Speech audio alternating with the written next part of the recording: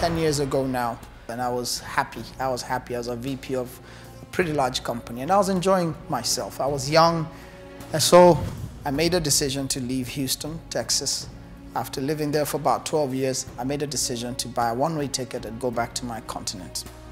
Recently, I met the founder of Box in Silicon Valley, and we had a good chat. We sat down, and for 2 days, we were just talking about certain things we're trying to do together.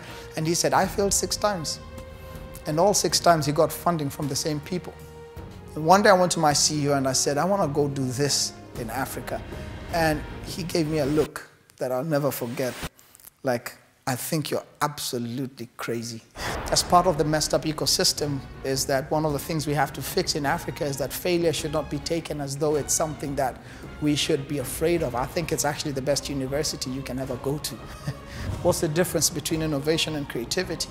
And for me, it's very simple. It's that one has to come before the other, and I believe creativity comes before innovation. So I could do a lot more now with $1 than I could 5 years ago or 10 years ago. And it's about creating the ecosystem that's fast enough to say, I don't need to know you.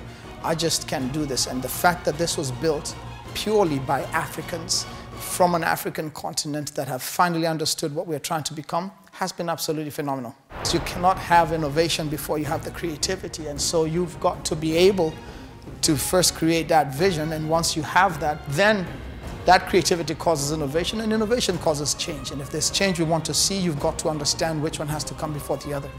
So many people across the continent with absolutely amazing ideas. Our biggest problem in Africa is not the resources, because I think those follow the ideas. I didn't have money when we started, but the money will find you. As long as people find you doing something, people are ready to invest in you. Microsofts and all these other companies are looking for small companies that are able to give them the speed that they need. And that's the amazing thing, is that there's nowhere else in the world with the skilled labor that Africa has. That's where innovation is going.